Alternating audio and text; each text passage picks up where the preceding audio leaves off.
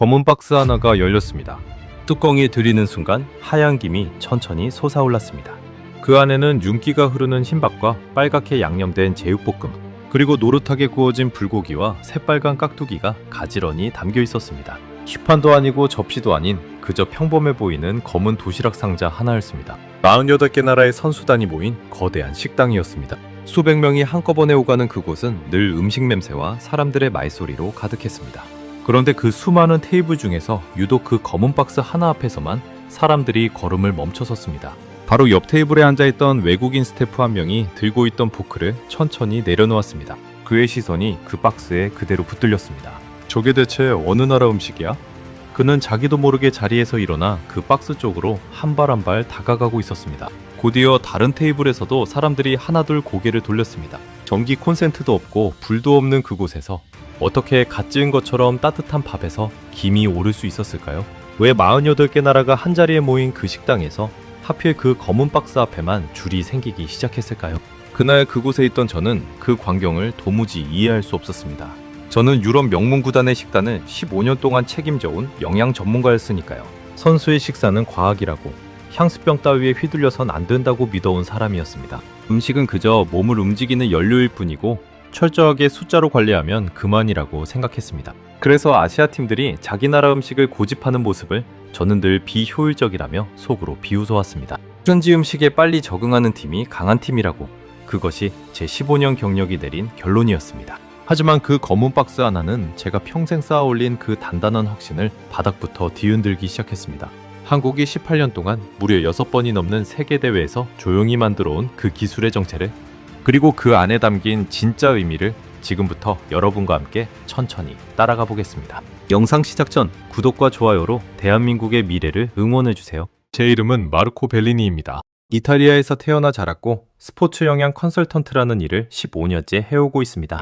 유럽의 이름난 축구 구단들과 몇몇 나라의 국가대표팀이 제 고객이었습니다. 어떤 선수가 경기 전날 무엇을 먹어야 하는지, 회복 기간에는 어떤 비율로 영양을 채워야 하는지, 그 모든 것을 숫자와 표로 설계하는 것이 제 일이었습니다. 새벽 훈련장의 차가운 공기, 라커룸에 밴 땀냄새, 경기 전날 선수들의 긴장된 표정. 저는 그 모든 순간을 음식이라는 도구로 다스려왔습니다. 제가 짠 식단표 한 장이 한 선수의 한 시즌을 바꾸는 모습을 저는 여러 번 두 눈으로 지켜봤습니다. 그래서 저는 제 일을 사랑했고 동시에 두려울 만큼 확신했습니다. 저는 제 일에 대단한 자부심을 가지고 있었습니다. 선수의 몸은 돔은 정교한 기계와 같다고 믿었거든요. 기계에 연료를 넣을 때 감정을 넣지 않듯이 선수의 입에 들어가는 음식에도 추억이나 향수 같은 것이 끼어들면 안 된다고 생각했습니다. 단백질 몇 그램, 탄수화물 몇 그램, 수분 몇 밀리리터. 그 숫자들이 정확하게 맞아떨어질 때 선수는 가장 좋은 몸 상태를 만든다고요. 제 사무실 벽에는 수십 개의 그래프가 붙어 있었고 저는 그 선들이 그리는 곡선을 보며 하루를 시작하고 마쳤습니다. 어떤 선수가 컨디션이 떨어지면 저는 가장 먼저 그 선수의 식단 기록을 펼쳐들었습니다. 답은 언제나 숫자 속에 있다고 믿었으니까요. 음식에 담긴 마음 같은 건 제 표 어디에도 들어갈 칸이 없었습니다. 그런 제게는 한 가지 굳은 믿음이 있었습니다. 큰 국제대회에 나가면 선수들은 가능한 한 빨리 개최국의 음식에 적응해야 한다는 것이었습니다. 낯선 환경, 낯선 시차, 낯선 잔디. 거기에 익숙해지는 팀이 이기는 법이니까요. 저는 늘 제 선수들에게 이렇게 말했습니다. 입맛을 현지에 맞춰라. 그것이 챔피언이 되는 첫걸음이다. 음식까지 고향에 묶여 있으면 몸도 마음도 그곳에 발이 묶인다고 믿었습니다. 빨리 적응하는 자가 살아남는다. 그것이 제 15년이 내린 단 하나의 결론이었습니다. 저는 이 원칙을 단 한 번도 굽힌 적이 없었습니다. 그래서 저는 어떤 나라의 방식을 도무지 이해할 수 없었습니다. 바로 한국이었습니다. 처음 그 이야기를 들은 것은 북중미 월드컵을 앞둔 어느 봄날이었습니다. 밀라노의 한 카페에서 동료 한 명이 에스프레소를 마시다가 웃으며 말했습니다. 한국은 큰 대회에 나갈 때마다 자기 나라 조리사를 직접 데려가고 자기 나라 음식 재료를 비행기로 잔뜩 실어 나른다는 것이었습니다. 심지어 임시 주방까지 통째로 차려서 갓 지은 밥과 국을 매일 끓여낸다고 했습니다. 그 이야기를 들려주는 동료의 표정에는 신기함과 비웃음이 반쯤 섞여 있었습니다. 저는 그 말을 듣고 헛웃음이 났습니다. 동료는 제 표정을 보더니 어깨를 으쓱했습니다. 자기도 처음엔 그렇게 생각했는데 의외로 한국 선수들의 회복 기록이 나쁘지 않더라는 말을 덧붙였습니다. 저는 그 말을 한 귀로 흘려들었습니다. 운이 좋았겠지? 라고 속으로 중얼거리면서요. 잘 먹어서 몸이 좋아진다는 건 누구나 하는 말이지만 그것을 굳이 향수병이라는 비효율로 풀어낼 이유는 없다고 저는 믿었습니다. 그게 무슨 의미가 있어? 결국 향수병이나 달래주는 거잖아. 저는 그렇게 단정지었습니다. 비행기 화물칸에 김치와 쌀을 가득 채워 지구 반대편까지 나르는 비용. 현지에 임시 주방을 차리는 인력과 시간. 그 모든 것이 제 눈에는 거대한 낭비로만 보였습니다. 선수가 먹어야 할 영양소는 어느 나라에서나 똑같이 만들 수 있는데 굳이 왜 그 무거운 짐을 지고 지구를 반바퀴씩 돌아다니는지 도저히 납득이 가지 않았습니다. 그것은 효율이라는 제 신념과 정면으로 부딪히는 방식이었습니다. 저는 속으로 한국팀을 딱하게 여기기까지 했습니다. 제 머릿속 계산은 분명했습니다. 음식을 그렇게 따로 챙길 돈과 인력이 있다면 차라리 그 자원을 선수의 회복 장비나 데이터 분석에 쓰는 편이 훨씬 효율적이라고요. 김치 한 포기를 비행기로 나르는 그 돈으로 더 좋은 마사지 기계 한 대를 사는 게 낫다고 생각했습니다. 저는 그 생각을 단 한 번도 의심해 본 적이 없었습니다. 향수에 젖은 감성이 냉정한 과학을 이길 수는 없다고 저는 그렇게 확신하고 있었습니다. 그 확신은 제게 종교나 다름없었습니다. 그러던 어느 날 제게 한 통의 연락이 왔습니다. 이번 월드컵 기간 동안 여러 나라 선수단의 식사를 책임지는 거대한 공용 케이터링 센터가 운영되는데 그곳에 영양자문으로 와줄 수 있겠느냐는 제안이었습니다. 48개 나라, 수천 명의 선수와 스태프가 한 곳에서 식사하는 사상 최대 규모의 현장이라고 했습니다. 그 규모를 듣는 순간 제 가슴이 두근거렸습니다. 손가락 끝이 살짝 저릿 할 만큼 흥분됐습니다. 저는 그 자리에서 바로 일정을 비웠습니다. 그동안 제가 다뤄본 가장 큰 무대는 한나라 대표팀 20명 남짓의 식단이었습니다. 그런데 이번에는 48개 나라, 수천 명이었습니다. 규모가 곧 실력이라고 믿어온 제게 이보다 더 매력적인 무대는 없었습니다. 저는 이 현장에서 제 이름 석자를 전 세계 스포츠 영양학계에 새기겠다고 마음먹었습니다. 저는 강한 흥미를 느꼈습니다. 제 평생의 지론, 그러니까 현지어가 정답이라는 그 믿음을 가장 큰 무대에서 증명할 기회라고 생각했거든요. 48개 나라의 입맛을 하나의 거대한 시스템 안에서 효율적으로 관리하는 것. 그것이야말로 제가 평생 추구해온 방식의 정점이 될 거라고 확신했습니다. 어쩌면 이 현장이 제 경력의 가장 빛나는 한 페이지가 될지도 모른다고 생각했습니다. 48개의 입맛을 하나로 묶어내는 거대한 식당. 그것은 제 머릿속에서 완벽한 그림이었습니다. 저는 이미 그 식당의 동선과 메뉴 구성을 머릿속에 그리고 있었습니다. 저는 망설임 없이 제안을 받아들였습니다. 짐을 꾸리며 저는 속으로 생각했습니다. 한국팀도 이 거대한 센터에 와서 결국은 줄을 서겠지. 그들이 그토록 고집하던 자기네 음식이 이 효율적인 시스템 앞에서 얼마나 비현실적인 고집이었는지 깨닫게 될 거라고요. 저는 그 장면을 상상하며 입꼬리가 살짝 올라가는 것을 느꼈습니다. 어쩌면 저는 그들에게 직접 충고를 건넬 수도 있겠다고 생각했습니다. 향수는 그만 줬고 효율을 배우라고 말입니다. 빔 비행이 시작됐습니다. 비행기 안에서 저는 제 노트북을 열어 자료를 정리했습니다. 이번 대회의 규모는 정말 어마어마했습니다. 본선에 오른 나라가 48개, 그라운드를 밟는 선수만 1248명. 그 숫자를 보는 순간에도 제 머릿속에는 오로지 한 가지 생각뿐이었습니다.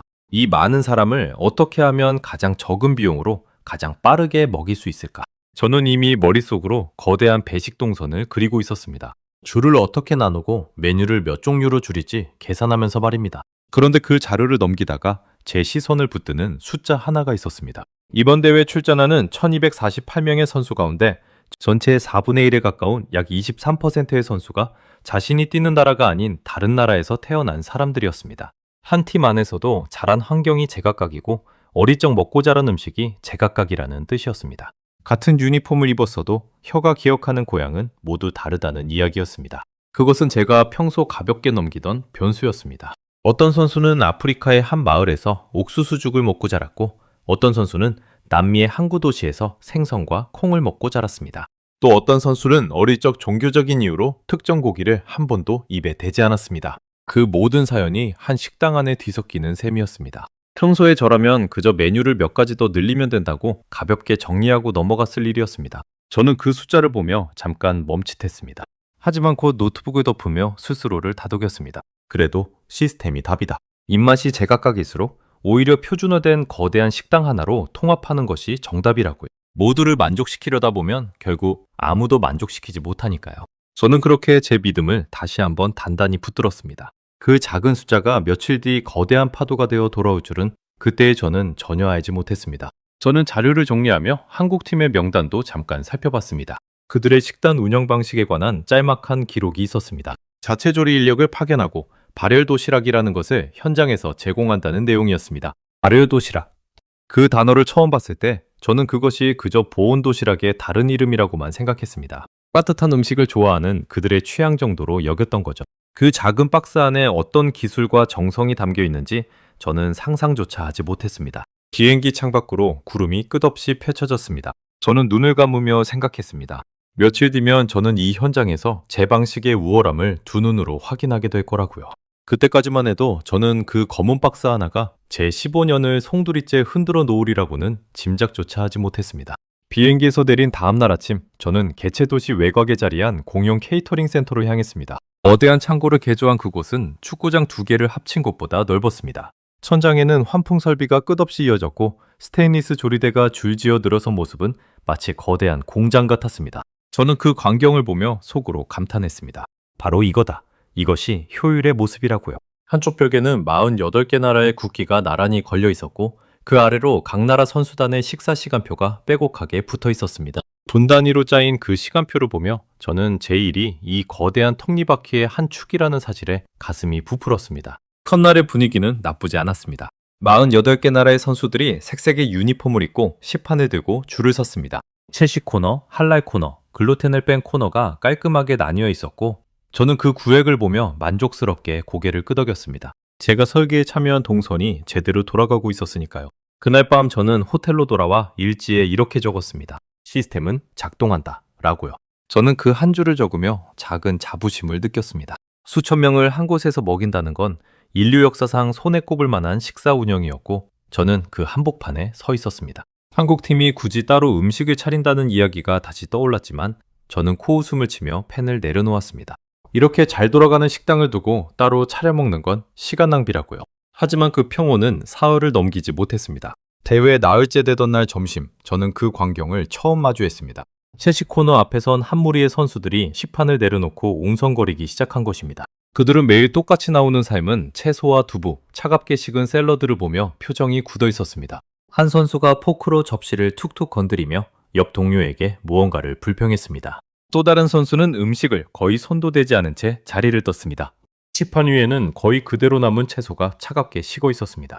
운동량이 어마어마한 선수가 한 끼를 통째로 거른다는 건 영양 전문가인 제게는 결코 가볍게 넘길 수 없는 신호였습니다. 한 끼를 걸으면 다음 훈련의 질이 떨어지고 회복이 늦어지고 결국 그라운드 위의 몸놀림으로 고스란히 드러나기 때문입니다. 저는 그 모습을 멀리서 지켜보며 처음엔 대수롭지 않게 여겼습니다. 입맛이 까다로운 선수는 어디에나 있는 법이니까요. 하지만 그날 오후 비슷한 장면이 한 코너에서만 벌어진 게 아니라는 걸 알게 됐습니다. 할랄 코너에서는 종교적인 이유로 먹을 수 있는 메뉴가 한정되어 있었는데 매일 같은 닭고기 요리만 반복되자 그곳 선수들의 얼굴에도 지친 기색이 역력했습니다. 그 무렵 제 앞에 한 사람이 나타났습니다. 이 거대한 케이터링 센터의 운영을 총괄하는 디에고였습니다. 멕시코 출신의 그는 큰 행사 케이터링만 20년 넘게 해온 베테랑이었습니다. 그런데 그날 제가 마주한 그의 얼굴은 베테랑의 여유와는 거리가 멀었습니다. 눈밑이 거뭇하게 그늘져 있었고 손에 든 태블릿에는 처리하지 못한 요청들이 빨갛게 쌓여 있었습니다. 마르코, 솔직히 말할게. 지금 통제가 안 돼. 디에고의 목소리는 잔뜩 갈라져 있었습니다. 그는 한숨을 내쉬며 상황을 털어놓았습니다. 채식만 하는 선수, 종교 때문에 특정 고기를 못 먹는 선수, 밀가루를 소화하지 못하는 선수, 거기에 어리적 먹던 고향 음식을 찾는 선수들까지 48개 나라에서 온 수천 개의 입맛이 매 끼니마다 충돌하고 있었습니다. 하나를 맞추면 다른 하나가 어긋나는 끝없는 줄다리기였습니다. 그는 그날 하루에만 수백 건의 식단 변경 요청을 받았다고 했습니다. 어떤 나라 팀은 아예 단체로 항의 문서를 보내왔습니다. 음식이 입에 맞지 않아 선수들의 체중이 줄고 있다는 내용이었습니다. 디에고는 그 문서를 받아들고 한참을 멍하니 서 있었다고 털어놓았습니다. 20년 경력에 이런 위기는 처음이라고요. 메뉴를 늘리면 되잖아. 저는 평소에 제 방식대로 간단하게 답했습니다. 하지만 디에고는 고개를 가로저었습니다. 메뉴를 늘릴수록 조리 속도가 느려지고 대기줄이 길어지고 식재료 관리가 무너진다는 것이었습니다. 한정된 주방과 인력으로 모두를 동시에 만족시키는 것은 불가능에 가까웠습니다. 그는 제게 도움을 청했습니다. 영양 전문가의 눈으로 이 혼란을 풀어낼 실마리를 찾아달라고요. 저는 디에고에게 며칠만 시간을 달라고 했습니다. 그는 지푸라기라도 잡는 심정인 듯 제 손을 꽉 잡았습니다. 그의 손은 차갑게 식어 있었고 미세하게 떨리고 있었습니다. 그 떨림이 제게도 고스란히 전해졌습니다. 저는 그제야 사태의 무게를 실감했습니다. 머릿속으로만 그리던 완벽한 시스템이 현실의 수천 가지 변수 앞에서 삐걱거리고 있었습니다. 제가 그토록 자신했던 효율이라는 단어가 처음으로 무력하게 느껴졌습니다. 기반이 바짝 말라왔습니다. 저는 그동안 수많은 식단표를 자신있게 내밀어 왔지만 그 표들은 언제나 20명 안팎의 한 팀을 위한 것이었습니다. 한 사람 한 사람의 얼굴을 알고 그 사람의 컨디션을 매일 챙길 수 있는 규모였습니다. 그런데 이곳은 달랐습니다. 수천 명의 얼굴은 그저 숫자로만 존재했고 저는 그 숫자들 앞에서 무엇을 어떻게 손대야 할지 감을 잡지 못했습니다. 그날 저녁부터 저는 센터 곳곳을 돌아다니기 시작했습니다. 문제의 원인을 직접 찾아보려는 것이었습니다. 저는 선수들이 식사하는 모습을 관찰하고 남긴 음식의 양을 살피고 조리팀의 동선을 분석했습니다. 그러나 돌아볼수록 답답함만 커졌습니다. 어느 한 곳을 손보면 다른 곳에서 새로운 불만이 터져나왔습니다. 마치 구멍난 둑을 손바닥 하나로 막으려는 기분이었습니다. 한 선수에게 다가가 무엇이 가장 불편하냐고 물어본 적도 있었습니다. 그 선수는 잠시 망설이다가 음식이 나쁜 게 아니라 몸이 회복되는 느낌이 들지 않는다고 답했습니다. 매일 비슷한 음식을 먹다 보니 입맛이 떨어지니 충분히 먹지 못하고 그러다 보니 다리에 힘이 빠진다는 것이었습니다. 저는 그 말을 들으며 영양표의 숫자만으로는 설명되지 않는 무언가가 있다는 걸 어렴풋이 느꼈습니다. 하지만 그것의 정체가 무엇인지는 도무지 알 수 없었습니다. 밤이 깊어갈수록 센터의 불빛은 하나둘 꺼졌습니다. 저는 거의 텅 빈 통로를 혼자 걸으며 생각에 잠겼습니다. 정말 답이 없는 걸까? 이 거대한 규모 앞에서 모두를 만족시키는 식사라는 건 애초에 불가능한 욕심인 걸까? 저는 처음으로 제 신념이 흔들리는 것을 느꼈습니다. 그렇게 통로 끝까지 걸어갔을 때였습니다. 센터의 가장 외진 구역, 거의 잊힌 듯한 그 모퉁이에서 저는 불이 켜진 작은 공간 하나를 발견했습니다. 다른 모든 곳이 어둠에 잠겼는데 유독 그곳에서만 따뜻한 빛이 새어나오고 있었습니다. 가까이 다가가자 익숙하면서도 낯선 냄새가 코끝을 스쳤습니다. 마늘과 참기름, 그리고 무언가 깊고 구수한 향이었습니다. 제가 평생 다뤄온 영양표, 어디에도 적혀있지 않은 그러나 본능적으로 군침이 도는 그런 냄새였습니다. 묘하게도 그 향을 맡는 순간 며칠 동안 저를 짓누르던 긴장이 살짝 풀리는 기분이 들었습니다. 음식 냄새가 사람의 마음을 이렇게 흔들 수 있다는 것을 저는 그동안 한 번도 진지하게 생각해 본 적이 없었습니다.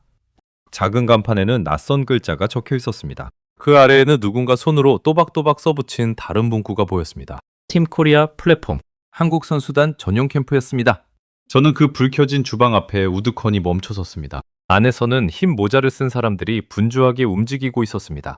늦은 밤인데도 누군가는 솥에 무언가를 끓이고 누군가는 작은 박스들을 하나하나 정성스럽게 채우고 있었습니다. 그 박스들은 모두 검은색이었습니다. 한 사람이 박스 하나를 들어 무게를 가늠하듯 손바닥에 올려놓고는 뚜껑을 닫기 전 안을 한 번 더 들여다봤습니다. 마치 그 안에 담긴 것이 음식이 아니라 무슨 귀한 물건이라도 되는 듯한 손길이었습니다. 저는 그 조심스러운 동작에서 묘한 미화감을 느꼈습니다. 단순히 끼니를 채우는 사람의 손놀림이 아니었기 때문입니다. 순간 며칠 전 비행기에서 봤던 그 단어가 떠올랐습니다. 아르요도시락. 저는 호기심에 이끌려 그 주방 안을 더 들여다봤습니다. 그러나 제 마음 한구석에서는 여전히 옛 확신이 고개를 들었습니다. 그래, 결국 저것도 향수병 케어겠지. 48개 나라가 한 식당에서 부대끼는 마당에 자기들끼리 따로 차려 먹는 건 비효율의 극치 아닌가. 하지만 그 비웃음은 오래가지 못했습니다. 검은 박스 하나가 한 선수에게 건네지는 순간 저는 제가 본 적 없는 광경을 목격하게 됐기 때문입니다. 저는 발걸음을 옮기지 못한 채 그 자리에 한참을 서 있었습니다. 가슴 한쪽에서는 비웃음이, 다른 한쪽에서는 알 수 없는 호기심이 서로 밀고 당겼습니다. 그리고 그 장면은 제 15년의 확신에 첫 번째 균열을 내기 시작했습니다. 제가 그 자리에서 본 것은 한 선수가 검은 박스의 한쪽 끝에 달린 작은 끈을 잡아당기는 모습이었습니다. 그러자 박스 안에서 마치 살아있는 듯 하얀 김이 솟구치기 시작했습니다. 전기 콘센트도 가스불도 어떤 열기구도 없는 그 자리에서 박스 스스로가 음식을 데우고 있었습니다. 저는 제 눈을 의심했습니다. 등줄기를 따라 서늘한 전율이 스쳤습니다. 저는 한 발 더 다가가 그 박스를 자세히 보고 싶은 충동을 억눌렀습니다. 15년을 음식과 함께 살아왔지만 불없이 음식이 데워지는 광경을 이렇게 눈앞에서 본 것은 처음이었습니다. 제 머릿속의 상식이 한순간에 어긋나는 느낌이었습니다. 잠시 뒤 그 선수가 뚜껑을 열자 김이 모락모락 오르는 따뜻한 밥과 국이 모습을 드러냈습니다. 그 선수는 마치 며칠을 굶은 사람처럼 허겁지겁 그러나 행복한 표정으로 밥을 떠먹기 시작했습니다. 그동안 케이터링 센터에서 음식을 깨작거리던 선수들의 지친 표정과는 완전히 다른 얼굴이었습니다. 그 선수는 국물을 한 숟갈 떠 입에 넣고는 잠시 눈을 감았습니다. 마치 멀고 먼 고향으로 잠깐 다녀온 사람 같은 표정이었습니다. 저는 그 짧은 순간을 보며 음식이 단순히 배를 채우는 것 이상의 무언가를 하고 있다는 사실을 어렴풋이 느꼈습니다. 하지만 그때까지도 저는 그것을 인정하고 싶지 않았습니다. 감정이 아니라 숫자가 선수를 만든다는 제 믿음을 쉽게 내려놓을 수 없었으니까요. 저는 도무지 그 자리를 떠날 수 없었습니다. 영양 전문가로서 제 직업적 본능이 외치고 있었습니다. 저건 대체 어떤 원리지? 어떻게 불 없이 음식을 데우지? 저 박스 하나에 담긴 영양 설계는 어떻게 된 거지? 제 머릿속은 풀리지 않는 의문으로 가득 찼습니다. 저는 케이터링 센터에서 매일 차갑게 식은 음식을 남기던 선수들을 떠올렸습니다. 그리고 지금 눈앞에서 따뜻한 밥을 행복하게 먹는 선수를 봤습니다. 같은 선수, 같은 운동량, 같은 회복의 필요. 그런데 한쪽은 음식을 거르고 한쪽은 빈 그릇까지 비우고 있었습니다. 그 차이를 만드는 것이 무엇인지 저는 그 자리에서 처음으로 진지하게 자문하기 시작했습니다. 그때 주방 안에서 한 사람이 저를 발견하고 다가왔습니다. 단정한 흰 가운을 입은 중년의 남성이었습니다. 그는 부드러운 미소를 지으며 제게 인사를 건넸습니다. 자신을 한국선수단 급식지원센터의 총괄 영양사라고 소개했습니다. 이름은 정우진이라고 했습니다. 멀리서부터 한참을 보고 계시던데요. 들어와서 직접 보시겠어요? 정우진은 마치 제 마음을 다 안다는 듯 저를 안으로 안내했습니다. 저는 마른 침을 삼키며 그 작은 캠프 안으로 발을 들였습니다. 문턱을 넘는 순간 며칠간 케이터링 센터에서 맡아온 공장 같은 냄새가 아니라 집밥 같은 따스한 공기가 저를 감쌌습니다. 그 온기 속에서 저는 잠시 제가 일하러 온 사람이라는 사실조차 잊을 뻔했습니다. 안으로 들어서자 바깥에서 본 것보다 훨씬 더 정교하게 짜인 공간이 펼쳐졌습니다. 한쪽에는 갓 지은 밥을 담는 구역, 다른 한쪽에는 국과 반찬을 조리하는 구역, 그리고 완성된 도시락을 검수하고 포장하는 구역이 물 흐르듯 이어져 있었습니다. 정우진은 제게 그 발열 도시락의 원리를 차분히 설명해 주었습니다. 박스 안에는 특수한 발열체가 들어있는데 끈을 당기면 그 발열체가 물과 반응하면서 강한 열을 내뿜는다는 것이었습니다. 그 열이 위에 놓인 음식을 데워 전기도 불도 없는 곳에서 갓 지은 듯 따뜻한 한 끼를 만들어낸다고 했습니다. 산속이든 경기장 한복판이든 어디서든 따뜻한 밥을 먹을 수 있게 만든 기술이었습니다. 저는 그 발열체가 물과 만나 열을 내는 원리에 관해 더 자세히 물었습니다. 정우진은 그것이 단순히 뜨겁기만 한 게 아니라 일정한 온도를 일정한 시간 동안 유지하도록 정교하게 설계되어 있다고 답했습니다. 너무 뜨거우면 음식이 타고 너무 미지근하면 데워지지 않으니 그 사이의 절묘한 균형을 맞추는 것이 핵심이라고요. 그 균형을 찾기까지 수많은 시행착오가 있었다는 말도 덧붙였습니다. 저는 그 설명을 들으며 입을 다물지 못했습니다. 제가 알던 보온 도시락과는 차원이 다른 이야기였습니다. 보온은 그저 식는 속도를 늦추는 것이지만 이건 차갑게 식은 음식을 다시 뜨겁게 되살리는 것이었습니다. 그것도 버튼 하나, 끈 하나로 말입니다. 저는 머릿속으로 빠르게 계산해봤습니다. 만약 이 기술이 정말로 안정적으로 작동한다면 선수가 경기장 어디에 있든 훈련이 늦게 끝나든 시차에 시달리든 상관없이 늘 따뜻한 한 끼를 보장받을 수 있다는 뜻이었습니다. 차가운 음식과 따뜻한 음식이 몸의 회복에 미치는 차이는 제 전공 안에서도 결코 작지 않은 변수였습니다. 이게 정말 현장에서 매번 가능한 겁니까? 저도 모르게 그렇게 물었습니다. 정우진은 고개를 끄덕이며 한국은 이미 18년 전부터 이런 방식을 발전시켜왔다고 답했습니다. 그 숫자를 듣는 순간 저는 잠시 멈칫했습니다. 18년. 제 경력보다도 긴 세월이었습니다. 정우진은 벽에 걸린 작은 사진들을 가리켰습니다. 그 사진들은 한국 선수단이 세계 곳곳의 큰 대회에 나가 직접 음식을 만들어 온 기록이었습니다. 2008년 베이징에서 열린 큰 대회를 시작으로 한국은 해외 대회마다 자체 급식 지원센터를 꾸려 선수들에게 한식을 제공해왔습니다. 그 후로 무려 6번이 넘는 세계대회에서 단 한 번도 거르지 않고 이 시스템을 운영해왔다는 것이었습니다. 정우진은 그 사진들 앞에서 한국이 이 일을 시작하게 된 이야기도 들려주었습니다. 처음 해외대회에 나갔을 때 선수들이 낯선 음식에 적응하지 못해 컨디션이 무너지는 일이 많았다고 했습니다. 재탈이 나거나 입맛이 떨어져 충분히 먹지 못하거나 그래서 정작 중요한 경기에서 제 실력을 내지 못하는 일이 반복됐다는 것이었습니다. 그래서 한국은 결심했다고 했습니다. 다른 건 몰라도 먹는 것만큼은 우리가 끝까지 책임지자고요. 저는 그 사진들을 하나하나 들여다봤습니다. 더운 나라, 추운 나라, 시설이 열악한 나라까지. 사진 속 한 장면에서는 비가 쏟아지는 야외 임시 천막 아래에서 조리사들이 비옷을 입은 채 솥을 젓고 있었습니다. 또 다른 장면에서는 새벽으로 보이는 어둑한 시간에 누군가 도시락을 차곡차곡 트럭에 싣고 있었습니다. 환경은 매번 달랐지만 사진 속 선수들의 표정은 한결같았습니다. 따뜻한 밥 한 그릇 앞에서 환하게 웃는 얼굴. 그 표정은 제가 15년 동안 다뤄온 영양표 어디에서도 본 적 없는 종류의 것이었습니다. 정우진은 제게 가장 최근의 사례를 들려주었습니다. 불과 얼마 전 이탈리아 밀라노에서 열린 큰 겨울대회에서 한국은 무려 22억 원에 달하는 예산을 들여 급식 지원에 나섰다고 했습니다. 파견된 조리 인력만 36명. 그들은 영하의 추위 속에서도 선수들에게 따뜻한 발열한식 도시락을 제공했고 그 이야기는 온라인에서 큰 화제가 되었습니다. 22억 원, 36명. 저는 그 숫자들을 머릿속으로 곱씹었습니다. 처음엔 그저 막대한 비용으로만 들렸습니다. 하지만 곧 다른 생각이 떠올랐습니다. 한 나라가 선수들의 한 끼를 위해 이만큼의 돈과 사람을 쏟아붓는다는 것. 그것은 향수병을 달래는 수준이 아니었습니다. 국가가 작정하고 만든 하나의 거대한 시스템이었습니다. 저는 문득 케이터링 센터의 풍경과 이 작은 캠프를 머릿속에서 나란히 놓아봤습니다. 한쪽은 48개 나라를 한 번에 먹이는 거대한 규모였지만 정작 선수 한 사람의 입맛까지는 닿지 못했습니다.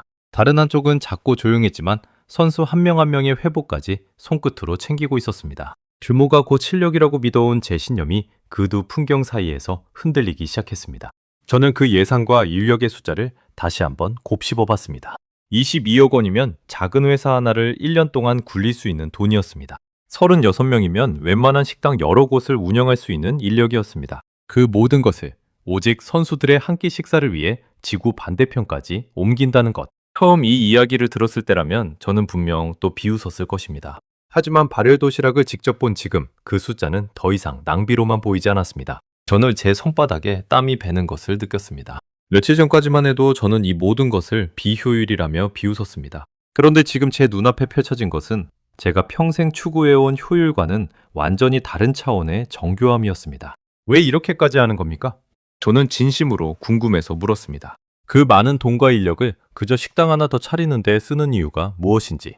정우진은 답하기 전에 먼저 한 가지 사실을 알려주었습니다. 한국의 이 급식 지원 시스템은 영양사 한 명의 솜씨로 굴러가는 것이 아니라 영양사와 조리사, 그리고 식재료를 관리하는 사람들까지 여러 전문가가 하나의 팀처럼 움직이는 체계라는 것이었습니다. 선수 한 명의 컨디션 기록을 보고 그날의 식단을 조정하고 경기 일정에 맞춰 회복에 좋은 재료를 골라놓고 소화가 잘 되도록 조리법까지 바꾼다고 했습니다. 그 모든 과정이 18년 동안 차곡차곡 쌓인 자료를 바탕으로 이루어진다는 설명이었습니다. 그러더니 그는 잠시 저를 바라보다가 조용히 한마디를 건넸습니다. 그 한마디가 그날 밤 내내 제 머릿속을 떠나지 않았습니다. 우린 선수를 먹이는 게 아니라 끝까지 책임지는 겁니다. 저는 그 말을 듣고 아무 대답도 하지 못했습니다. 책임. 제가 음식을 다루며 단 한 번도 떠올린 적 없던 단어였습니다. 저는 늘 음식을 연료로, 숫자로, 효율의 대상으로만 봐왔습니다. 선수가 먹는 것은 그저 다음 경기를 위한 입력값일 뿐이었습니다. 능력이 좋으면 출력이 좋다. 그것이 제 머릿속 공식의 전부였습니다. 그런데 이 사람들은 음식을 통해 선수를 끝까지 책임진다고 말하고 있었습니다. 그날 밤 저는 캠프를 나서며 자꾸만 뒤를 돌아봤습니다. 따뜻한 불빛이 새어나오는 그 작은 주방을요. 호텔로 돌아온 저는 잠을 이루지 못했습니다. 침대에 누워 천장을 바라보는데 자꾸만 그 검은 박스와 정우진의 말이 머릿속에서 맴돌았습니다. 저는 노트북을 열어 한국의 급식 지원에 관한 자료를 밤새 뒤졌습니다. 찾아볼수록 놀라운 사실들이 쏟아져 나왔습니다. 단순히 음식을 나르는 수준이 아니라 위생관리부터 영양설계, 그리고 선수 개개인의 회복까지 촘촘하게 연결된 거대한 그림이었습니다. 제 안에서 무언가가 천천히 무너지기 시작했습니다. 비효율적인 향수병 케어. 제가 그토록 굳게 믿었던 그 한마디가 처음으로 부끄럽게 느껴졌습니다. 그날 밤 제 일지에는 며칠 전과는 전혀 다른 문장이 적혔습니다. 어쩌면 나는 무언가를 놓치고 있었는지도 모른다 라는 한 줄이었습니다. 펜을 쥔 손끝이 평소와 다르게 무거웠습니다. 하지만 그것은 시작에 불과했습니다. 다음날 정우진은 제게 한 가지를 더 보여주겠다고 했습니다. 발열 도시락보다 더 깊은 한국이 선수를 위해 준비한 또 하나의 비밀이 있다고요. 저는 그 낯선 단어를 입속으로 가만히 따라 읊어봤습니다. 돌솥. 발음조차 생소했지만 그 안에 또 어떤 정성과 기술이 담겨 있을지 가슴 한쪽이 두근거리기 시작했습니다. 며칠 전까지만 해도 비웃음으로 가득했던 제 마음이 어느새 다음 날을 기다리는 묘한 설렘으로 바뀌어 있었습니다.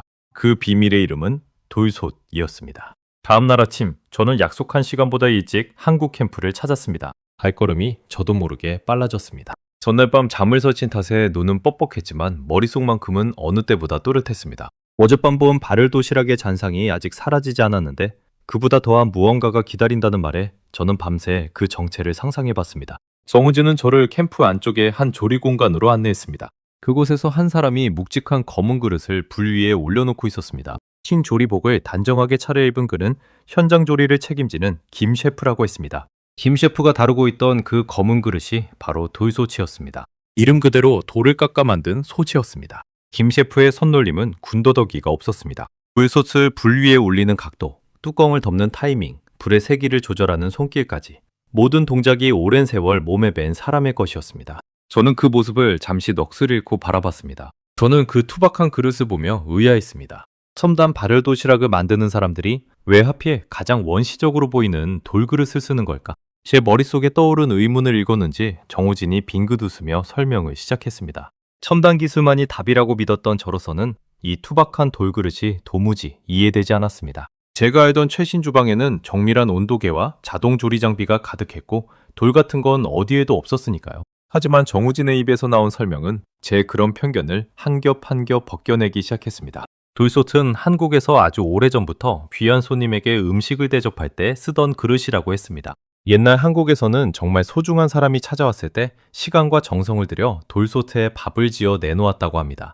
빠르고 간편한 그릇이 아니라 일부러 손이 더 가는 그릇을 골랐다는 것이죠. 그 자체가 상대를 향한 마음의 표현이었습니다. 정우진은 이 돌솥에 선수들에게 내놓는 것도 같은 마음이라고 했습니다.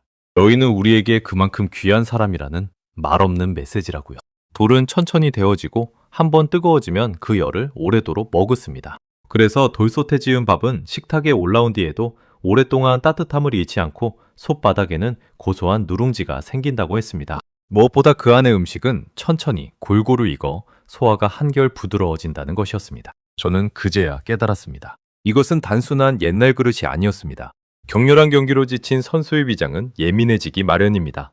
그런 선수에게 자극적이지 않으면서도 속을 편안하게 데워주는 음식, 그것이 바로 돌솥밥이었습니다. 첨단 기술과 오래된 지혜가 한 캠프 안에 나란히 놓여 있었던 것입니다. 저는 발열 도시락이라는 가장 현대적인 기술과 돌솥이라는 수백 년 된 그릇이 같은 공간에서 어깨를 나란히 하고 있는 풍경을 멍하니 바라봤습니다. 한쪽은 미래에서 다른 한쪽은 과거에서 온 것 같았습니다. 그런데 그 둘이 향하는 곳은 똑같았습니다. 선수에게 가장 좋은 한 끼를 안긴다는 단 하나의 목표였습니다. 김 셰프가 돌솥의 뚜껑을 열자 그 안에서 김이 한꺼번에 피어올랐습니다. 흰쌀과 찹쌀을 섞은 밥 위에 밤과 대추 그리고 콩이 보석처럼 박혀 있었습니다. 한쪽 귀퉁이에는 얇게 썬 인삼 몇 조각이 놓여 있었습니다. 김이 천천히 가라앉자 그 한 그릇은 마치 작은 정원처럼 보였습니다. 흰밥의 부드러운 빛깔 위로 짙은 밤색, 붉은 대추, 노란 콩, 그리고 연한 인삼이 색색으로 어우러져 있었습니다. 저는 그 비주얼을 보는 순간 15년 영양 전문가의 눈으로 빠르게 그 구성을 읽어내렸습니다. 찹쌀은 흰쌀보다 소화가 편하고 속을 든든하게 합니다. 밤은 탄수화물과 함께 회복에 필요한 영양을 더해주고 대추는 예로부터 기운을 북돋우는 재료로 쓰였습니다. 콩은 양질의 단백질이고 인삼은 피로를 다스리는데 도움을 준다고 알려져 있습니다. 하나하나가 모두 격렬하게 몸을 쓴 선수의 회복을 돕는 재료들이었습니다. 저는 평소 제 식단표에 단백질 몇 그램, 탄수화물 몇 그램이라고 차갑게 숫자만 적어 넣었습니다. 그런데 이 한 그릇은 그 숫자들을 모두 품으면서도 거기에 색과 향과 온기를 입히고 있었습니다. 같은 영양이라도 선수가 기쁘게 비우는 영양과 억지로 삼키는 영양은 결코 같지 않다는 것을 저는 이 한 그릇 앞에서 처음으로 인정하게 됐습니다. 제가 만약 이 재료들을 직접 식단으로 짜라는 과제를 받았다면 저는 분명 며칠을 고민했을 것입니다. 회복에 좋은 탄수화물, 부담 없는 단백질, 피로를 다스리는 보조 재료를 균형 있게 배치하는 일은 결코 간단하지 않으니까요. 그런데 한국은 그 어려운 조합을 수백 년 전부터 이미 한 그릇 안에 담아왔습니다. 저는 마른 입술을 깨물었습니다. 이것은 우연히 모인 재료가 아니었습니다. 조선시대부터 내려온 지혜와 현대 영양학의 시선이 정확히 한 그릇 안에서 만나고 있었습니다. 제가 식단표 위에서 숫자로만 계산하던 그 모든 것이 이 작은 돌솥 안에 이미 자연스럽게 담겨 있었던 것입니다. 저는 정우진에게 물었습니다. 그렇다면 이 돌솥밥은 모든 선수에게 똑같이 주는 거냐고요? 그는 고개를 저었습니다. 경기 전날과 경기 후의 식단이 다르고 회복기에 있는 선수와 컨디션이 좋은 선수의 식단이 다르다고 했습니다. 같은 돌솥이라도 그 안에 담기는 것은 매일 매 선수마다 조금씩 달라진다는 것이었습니다. 저는 그 세심함에 다시 한번 말문이 막혔습니다. 이건 치료식이 아닙니다. 정우진이 제 표정을 보더니 조용히 못을 박았습니다. 그는 분명히 선을 그었습니다. 이 음식은 무슨 병을 낫게 하거나 기적을 일으키는 것이 아니라고요. 다만 격렬한 경기로 무너진 컨디션을 회복하고 예민해진 위장의 부담을 덜어주며 다음 경기를 준비할 힘을 채워주는 식단 설계일 뿐이라고 했습니다. 그 차분하고 정직한 설명이 오히려 제 마음을 더 깊이 흔들었습니다. 만약 정우진이 이 음식을 두고 무슨 만병통치약처럼 과장했다면 저는 분명 다시 의심의 눈초리를 거두지 않았을 것입니다. 하지만 그는 음식이 할 수 있는 것과 할 수 없는 것을 정확히 알고 있었습니다. 음식은 약이 아니라 회복을 돕는 토대일 뿐이라는 그 절제된 태도가 오히려 이 시스템의 깊이를 증명하고 있었습니다. 저는 더 이상 이 모든 것을 그저 인상만으로 받아들일 수 없었습니다. 영양 전문가의 마지막 자존심이 이것을 숫자로 확인하고 싶어 했습니다. 저는 그 자리에서 떨리는 손으로 수첩을 꺼냈습니다. 그리고 정우진에게 부탁했습니다. 이 시스템이 실제로 어떻게 돌아가는지 데이터로 보여줄 수 있느냐고요. 정우진은 잠시 망설이더니 그동안 쌓아온 기록의 일부를 제게 펼쳐보였습니다. 그 기록을 본 순간 저는 숨을 들이켰습니다. 한국 캠프는 선수 한 명 한 명의 그날 컨디션을 매일 기록하고 있었습니다. 어제 어떤 훈련을 했는지, 잠은 얼마나 잤는지, 소화 상태는 어떤지, 그 모든 정보를 바탕으로 그날의 식단과 조리법을 미세하게 조정하고 있었습니다. 같은 돌솥밥이라도 어떤 선수에게는 재료를 더하고 어떤 선수에게는 양을 조절하는 식이었습니다. 그 기록 속에는 또 다른 놀라운 부분이 있었습니다. 단순히 컨디션만 적힌 게 아니라 어떤 음식을 냈을 때 선수가 얼마나 잘 먹었는지, 다음날 회복이 어땠는지까지 함께 기록되어 있었습니다. 그렇게 쌓인 자료가 다시 다음 식단을 만드는 바탕이 되고 있었습니다. 한 끼가 다음 한 끼를 더 정교하게 만드는 끝없이 이어지는 사슬이었습니다. 저는 그 기록을 넘기는 손이 미세하게 떨리는 것을 느꼈습니다. 이것은 제가 상상하던 도시락 공수와는 차원이 다른 거대한 데이터의 축적이었습니다. 한 권의 기록에는 수많은 대회의 흔적이 담겨 있었습니다. 더운 나라에서는 어떤 음식이 잘 받았는지, 추운 나라에서는 무엇이 부족했는지, 시차가 클 때 선수들의 입맛이 어떻게 변했는지, 그 모든 경험이 글자와 숫자로 차곡차곡 남아 있었습니다. 한 번의 실수도 그냥 흘려보내지 않고 다음을 위한 교훈으로 바꿔온 흔적이었습니다. 저는 그제야 진짜 차이를 보았습니다. 동료 케이터링 센터는 48개 나라, 수천 명을 한 번에 먹였습니다. 거대했지만 정작 선수 한 사람의 어제와 오늘은 알지 못했습니다. 반면 한국 캠프는 한 명의 어제를 알고 오늘을 챙기고 내일을 준비하고 있었습니다. 규모로는 비교조차 되지 않았지만 정성의 밀도는 비교 자체가 무의미했습니다. 저는 문득 잘 먹은 선수가 어떻게 되는지를 머릿속으로 그려봤습니다. 잘 먹으면 회복이 빨라지고, 회복이 빠르면 다음 훈련의 질이 올라가고, 훈련의 질이 올라가면 경기력으로 이어집니다. 한 끼의 식사가 그 긴 사슬의 맨 앞에 놓여 있었던 것입니다.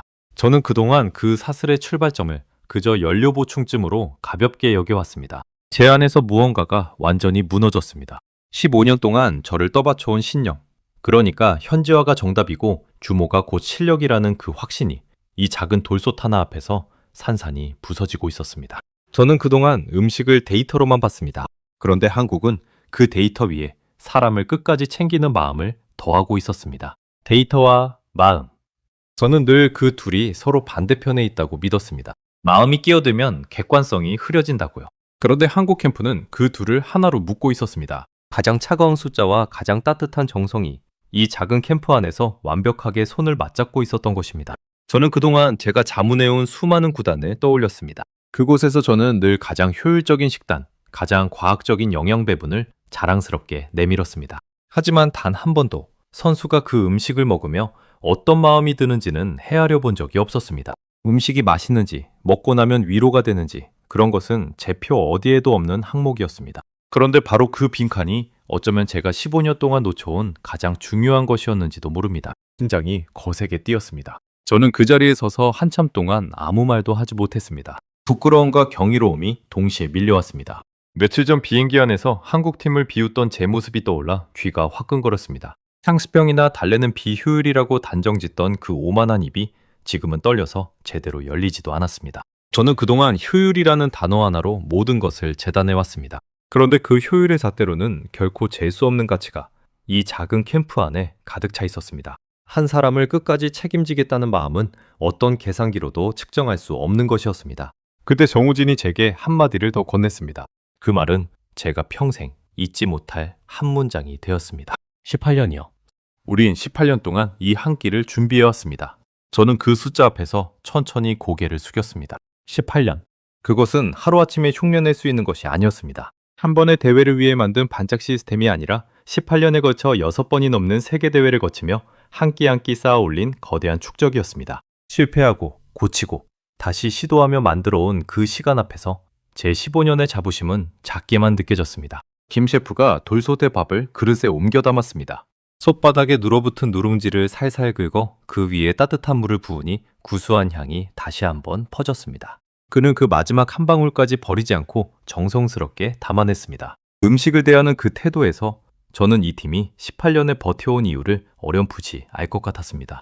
저는 김 셰프가 정성스럽게 푼 돌솥밥 한 그릇을 받아들었습니다. 따뜻한 온기가 손끝을 타고 올라왔습니다. 그릇의 무게가 묵직하게 느껴졌습니다. 손바닥에 전해지는 그 온기는 며칠 전 차갑게 식어있던 디에고의 손과는 정반대였습니다. 한 숟갈을 떠 입에 넣는 순간 저는 왜 그 선수들이 케이터링 센터에 음식을 남기고 이 한 그릇을 비우는지 단번에 이해했습니다. 그것은 단지 맛있는 음식이 아니었습니다. 누군가 나를 끝까지 챙기고 있다는 따뜻한 안도감이 담긴 한 끼였습니다. 밥알 하나하나가 입안에서 부드럽게 으깨졌습니다. 밤의 단맛, 대추의 깊은 향, 인삼의 은은한 쌉싸름함이 차례로 번졌습니다. 그것은 화려하게 혀를 자극하는 맛이 아니라 속을 천천히 어루만지는 맛이었습니다. 격렬한 운동으로 지친 몸이 가장 원할 법한 그런 편안한 맛이었습니다. 김 셰프는 제가 그릇을 비우는 모습을 조용히 지켜봤습니다. 그의 눈빛에는 자기 음식을 누군가 진심으로 음미해 줄 때의 묵직한 자부심이 담겨 있었습니다. 그것은 화려한 상을 받은 사람의 자랑스러움이 아니라 묵묵히 제 일을 해온 사람만이 지을 수 있는 깊은 표정이었습니다. 저는 그 한 그릇을 다 비울 때까지 한마디도 하지 못했습니다. 그리고 마지막 한 숟갈을 삼킨 뒤에야 제 15년이 놓치고 있던 단 하나의 진실을 비로소 마주했습니다. 그날 이후 한국 캠프에는 작은 변화가 생기기 시작했습니다. 처음엔 한두 명이었습니다. 케이터링 센터에서 식사하던 다른 나라 선수들이 어디선가 그 검은 박스와 따뜻한 돌솥밥 이야기를 듣고 한국 캠프 근처를 기웃거리기 시작한 것입니다. 그들은 멀찍이서 그 따뜻한 불빛을 바라봤습니다. 마치 추운 겨울날 창밖에서 난로불을 들여다보는 사람들 같았습니다. 처음엔 그저 신기해서 구경하는 줄 알았습니다. 하지만 그들의 시선은 호기심보다 훨씬 깊은 것이었습니다. 며칠째 차갑게 식은 음식을 억지로 삼켜온 사람들의 눈에는 그 따뜻한 김 한 줄기가 무엇보다 간절해 보였습니다. 며칠이 지나자 그 발걸음은 줄을 잃었습니다. 어느 날 점심 무렵 저는 한국 캠프 입구에 낯선 광경이 펼쳐진 것을 보았습니다. 여러 나라의 유니폼을 입은 선수와 스태프들이 조심스레 줄을 서 있었던 것입니다. 그들은 머뭇거리며 그러나 간절한 눈빛으로 정우진과 김 셰프를 바라봤습니다. 저기 그 따뜻한 도시락, 우리도 좀 받아볼 수 있을까요? 한 선수가 어렵게 입을 열었습니다. 그 뒤로 비슷한 목소리들이 이어졌습니다. 우리도 좀 달라고, 저 검은 박스 하나만 맛볼 수 없겠느냐고요. 며칠 동안 차가운 음식에 지쳐있던 그들에게 그 따뜻한 한 끼는 단순한 호기심을 넘어선 갈망이 되어 있었습니다. 줄을 선 사람들은 어느 한 나라 사람들이 아니었습니다. 피부색도, 언어도, 자라온 문화도 모두 달랐습니다. 그런데 그들이 바라보는 곳은 하나였습니다. 따뜻한 밥이 담긴 검은 박스. 저는 그 광경을 지켜보며 가슴 한구석이 뭉클해졌습니다. 48개 나라가 모인 거대한 식당을 두고 사람들이 가장 작고 외진 이 캠프 앞에 줄을 서고 있었습니다. 며칠 전 인트로에서 제가 목격했던 검은 박스 하나에 사람들의 눈이 돌아가던 그 장면. 그것은 우연이 아니었습니다. 그것은 18년의 정성이 만들어낸 필연이었습니다. 좋은 음식은 광고하지 않아도 사람들이 먼저 알아본다는 말이 있습니다. 48개 나라에서 온 선수들이 누가 알려주지도 않았는데 이 작은 캠프를 찾아온다는 사실 자체가 한국이 만들어온 한 끼의 진가를 증명하고 있었습니다. 그 줄을 보며 저는 묘한 감정에 휩싸였습니다. 며칠 전까지만 해도 저는 한국팀이 이 거대한 센터에 와서 줄을 설 거라고 비웃었습니다. 그런데 현실은 정반대였습니다. 48개 나라가 모인 거대한 식당이 아니라 한국의 작은 캠프 앞에 3개가 줄을 서고 있었습니다. 제 예상은 보기 좋게 빗나갔고 그 빗나감이 오히려 제 마음을 따뜻하게 데웠습니다. 한국 캠프는 그 요청을 외면하지 않았습니다. 정우진과 김 셰프는 자기 팀 선수들의 몫을 먼저 챙긴 뒤 여유가 되는 만큼 다른 나라 선수들에게도 따뜻한 한 끼를 나눠주기 시작했습니다. 처음 그 도시락을 받아든 한 외국 선수가 뚜껑을 열고 김이 오르는 밥을 보며 눈시울을 붉히던 모습을 저는 잊지 못합니다. 그는 며칠 만에 처음으로 제대로 된 따뜻한 식사를 한다며 연신 고개를 숙였습니다. 또 다른 선수는 한 입을 먹고는 자기 나라 어머니의 음식이 떠오른다고 말했습니다. 한국 음식과 그 선수 고향의 음식은 분명 달랐을 텐데도 정성스럽게 차려진 따뜻한 한 끼라는 점에서 그의 마음속 무언가를 건드린 것이었습니다. 음식이 국경을 넘어 사람의 마음을 잇는 광경을 저는 그렇게 두 눈으로 목격했습니다. 그 무렵 한계에 부딪혀 있던 디에고가 저를 찾아왔습니다. 며칠 전 차갑게 식은 손으로 제게 도움을 청하던 그 사람이었습니다. 그는 한국 캠프 앞의 줄을 한참 바라보더니 조용히 입을 열었습니다. 마르코, 나 이제야 알 것 같아. 우린 그동안 사람들을 먹이기만 했어. 챙긴 게 아니라. 그 한마디에 저는 아무 말도 보탤 수 없었습니다. 그것은 제가 며칠 동안 가슴속에서 곱씹어온 바로 그 깨달음이었으니까요.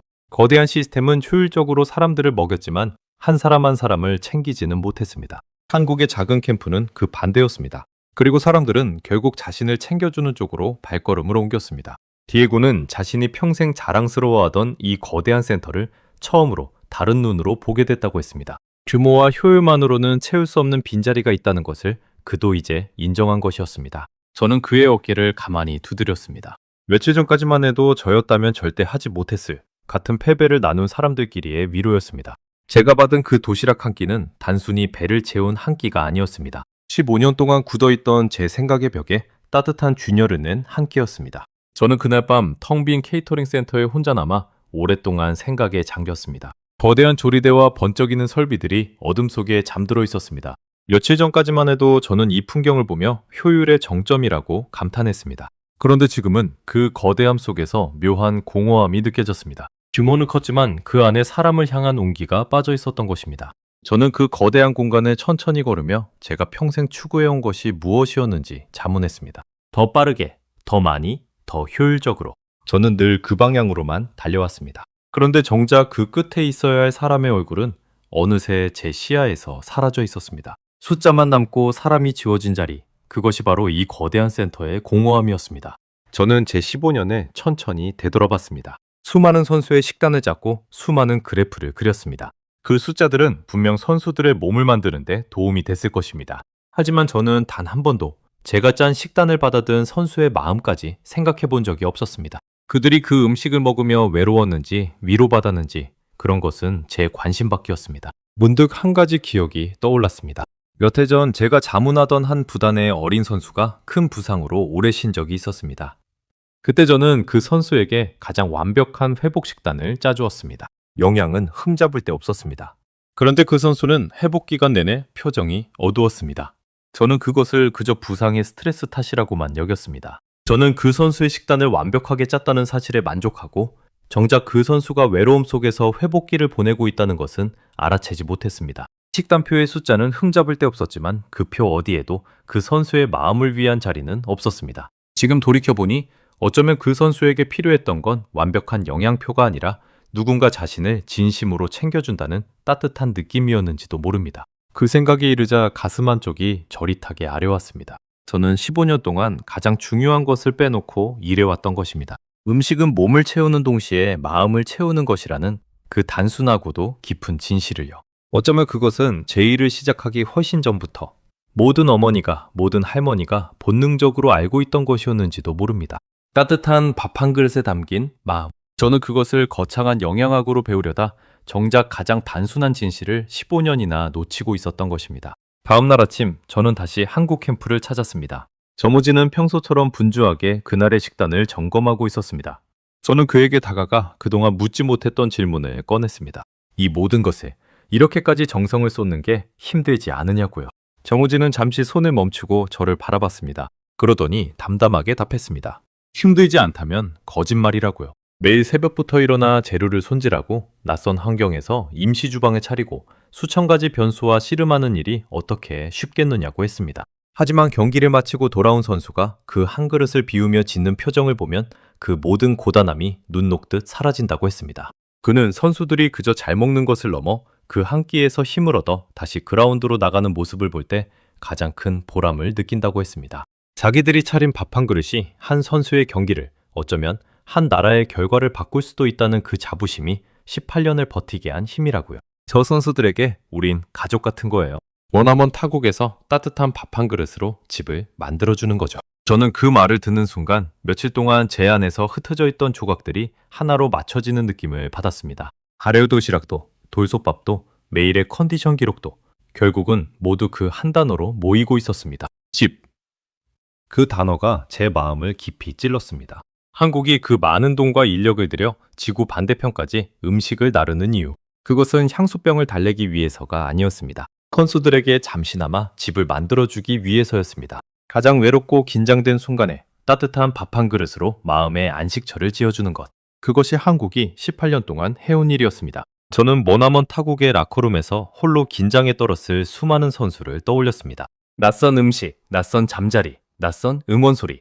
그 모든 낯섦 속에서 따뜻한 밥 한 그릇이 건네는 위안은 어떤 영양제보다도 강력한 회복제였을 것입니다. 한국은 바로 그 마음의 회복을 18년 동안 묵묵히 책임져 온 것이었습니다. 저는 그 자리에서 한참을 서 있었습니다. 눈가가 뜨거워지는 것을 느꼈습니다. 입안에는 며칠 전 먹은 돌솥밥의 온기가 아직 남아있는 듯 했습니다. 데이터 신봉자였던 제가 음식 앞에서 눈물을 글썽이게 될 줄은 꿈에도 몰랐습니다. 하지만 그것은 패배의 눈물이 아니었습니다. 15년 만에 비로소 진짜를 만난 벅찬 감격의 눈물이었습니다.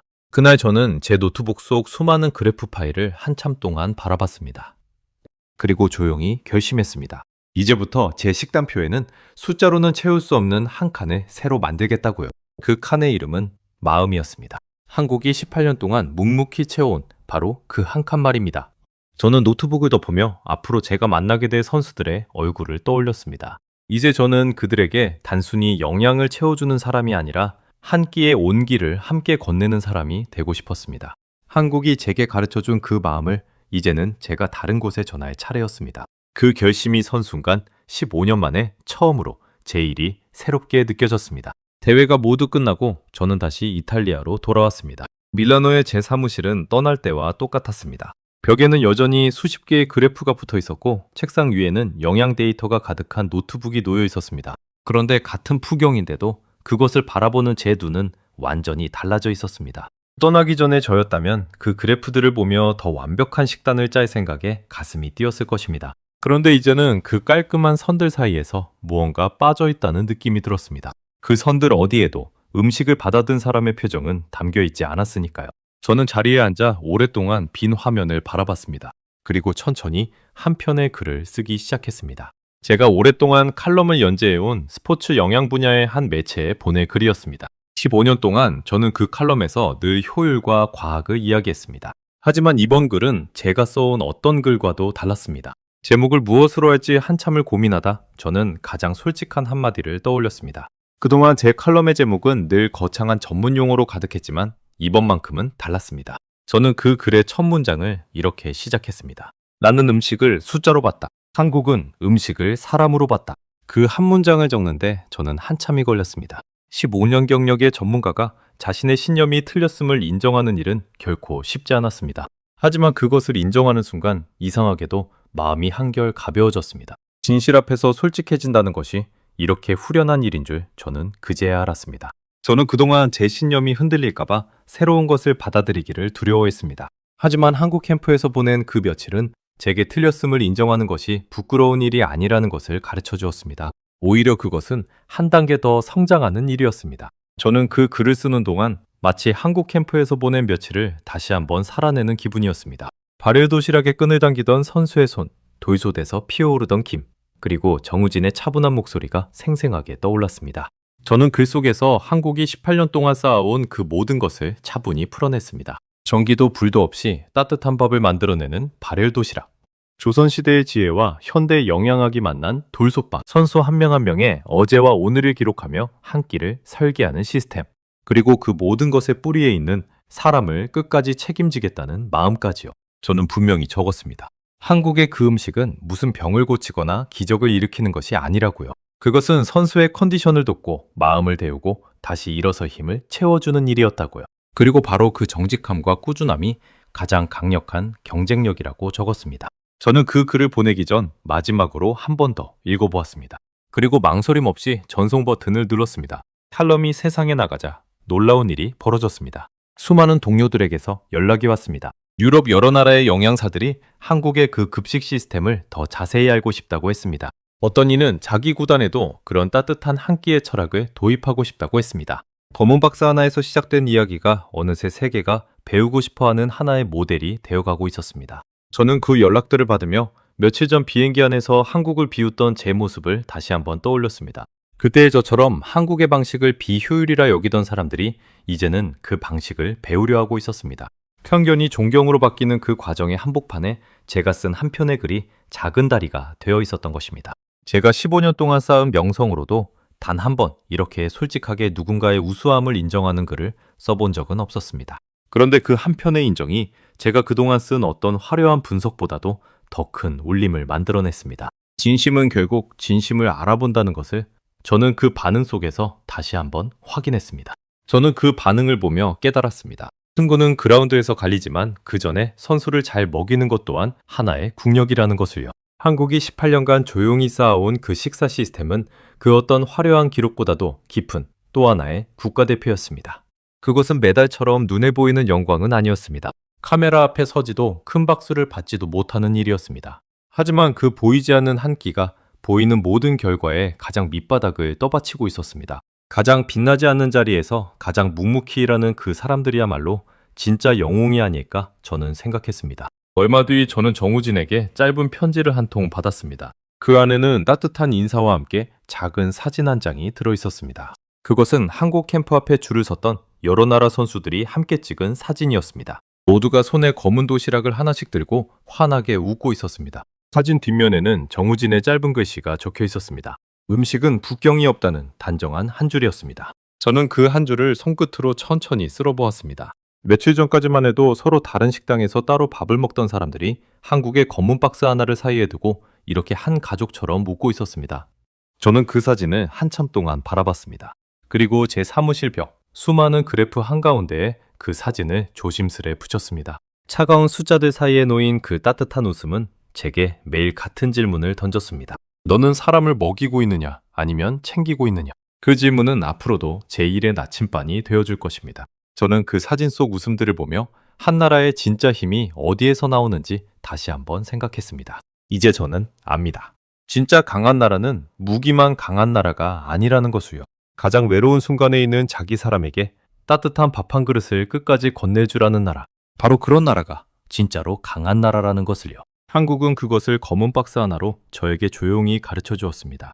거창한 말이나 화려한 자랑이 아니라 그저 따뜻한 밥 한 그릇을 묵묵히 내밀면서 말입니다. 저는 이제 한국이라는 나라를 떠올릴 때면 화려한 기술이나 거대한 공장보다 먼저 그 검은 박스 하나가 생각납니다. 전기도 불도 없는 곳에서 따뜻한 밥을 지어 가장 외로운 사람에게 건네던 그 작은 박스 말입니다. 그 안에는 한 나라가 자기 사람을 대하는 태도가 고스란히 담겨 있었습니다. 여러분도 혹시 어딘가에서 김이 모락모락 오르는 따뜻한 밥 한 그릇을 마주하게 된다면 잠시 그 안에 담긴 마음을 떠올려 보시기 바랍니다. 누군가 여러분을 끝까지 챙기고 싶어 했던 그 보이지 않는 정성 말입니다. 어쩌면 그 한 그릇이 세상에서 가장 따뜻한 응원일지도 모르니까요. 저는 다음 시간에도 전 세계를 놀라게 할 대한민국의 이야기로 다시 찾아뵙겠습니다. 감사합니다.